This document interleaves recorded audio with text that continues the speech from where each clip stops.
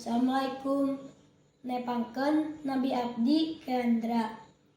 Abdi keur macakeun sajak di kebon binatang.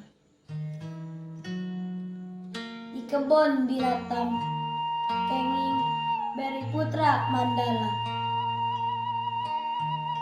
Fungsi abdi ka kebon binatang. Loba sato ciptaan Allah. Ningal anu ieu beda rupa. Ningal anu itu lain rupa. Sasatoan anu dicipta ku Gusti jadi tanda. Gusti nuhun teuing ieu di dunya. Tos dipaparin rupa-rupa sato anu loba manfaat pikeun manusia. Muga diri oge bisa syukuran,